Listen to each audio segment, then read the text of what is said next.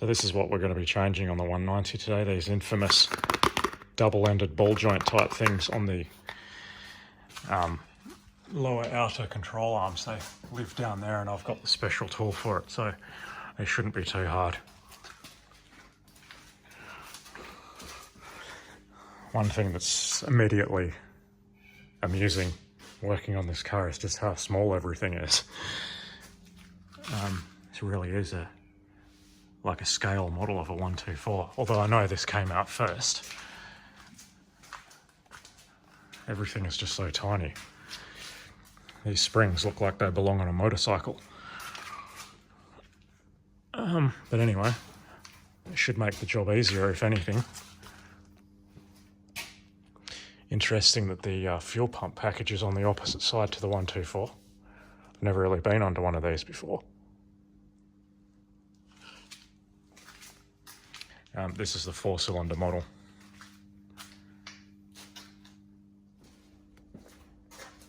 A lot of similarities with the 124 on the front end here as well. Bit of a coolant leak's been going on there, but I believe that's been fixed now. I think that was the thermostat housing, the plastic version that exploded, and it now has the metal alternate version, so that should last forever in theory. And that also has one of those oil level switches as well, like my 124. Interesting.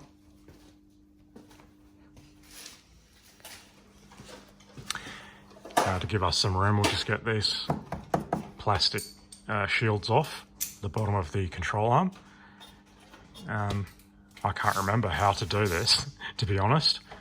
Do I need to take this shield? Surely not. That's a lot of work if that's the case. Anyway, I'm not going to consult the service manual. I'm going to rely on my memory. We'll see how we go. What could possibly go wrong?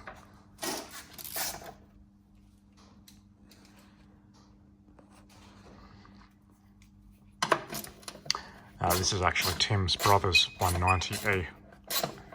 It's in desperate need of some attention. It used to be Tim's, but served its purpose and then he handed it down. This did have a full engine rebuild, but yeah, obviously not much has been done as far as the suspension's been concerned, unless it's just been left out in the weather, because everything looks rather rusty.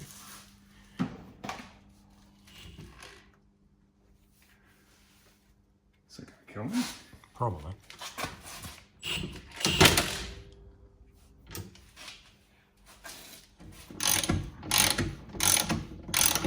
My telescopic spring compressor is actually too long for this bottom disc to go on the bottom of the thing. Otherwise the shaft ends up gouging into the body of the car, but this is an alternate method and this works. It just means the spring won't be able to come off this without some extra effort once the arm is removed.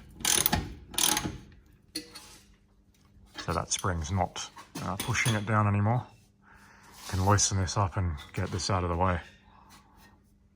And of course, disconnect the shock absorber, sway bar link, and the outer joint we're going to replace. Holy shit. So the lower control arm's removed. And that's what's left of that original joint. Not much. That's pretty sad.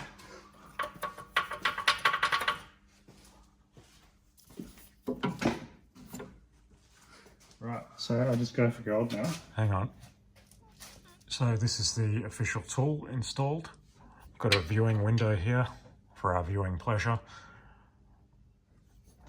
24mm spanner holds it on this side, and then you just go for gold. It's coming. Here it comes, you can see it.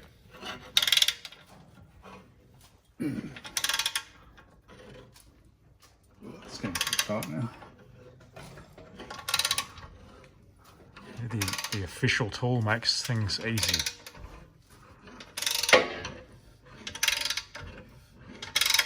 Piece of cake.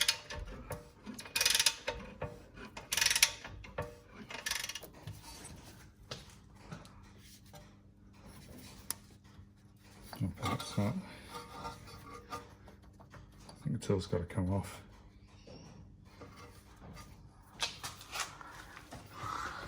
So the joint's gone the whole way through. We just have to disassemble the tool so we can get it out of there. There's not enough clearance, it would seem, to get it out otherwise. But how easy is that when you've got the right tool to do the job?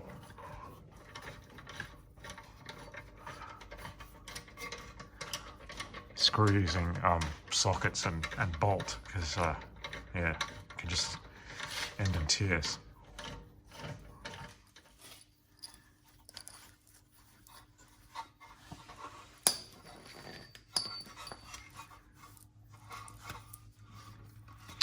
Installation is a reversal of removal, and you just use that viewing window to make sure it's in the correct location, and then you just stop, clean it out, make sure it's nice and clean. And I've just been using CRC lubricant. Yeah, nothing special, pretty easy.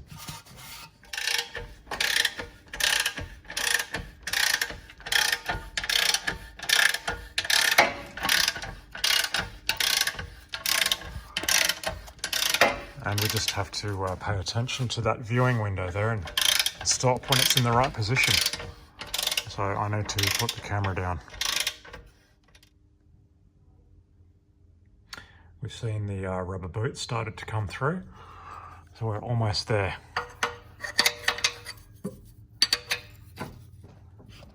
Now, slowly now, keep going, keep going. Just when it's, we start seeing the metal being flush with the surface there. Keep going. Flush on this side. Almost.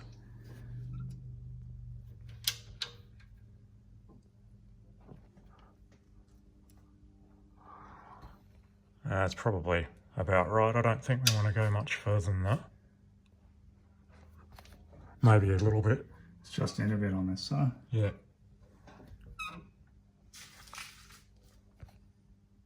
Anyway, we'll have a closer look.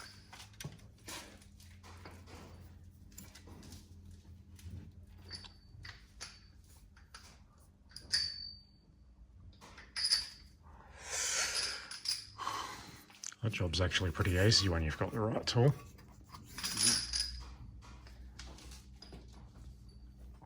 Highly recommended. Yeah, definitely. I don't know how to do it otherwise. One side done, almost. One side to go. Just with these three, they need to be tightened when the car's on the ground. That one doesn't matter, you can tighten it now. These, because they've got rubber joints that twist, yeah, when it's at normal ride height.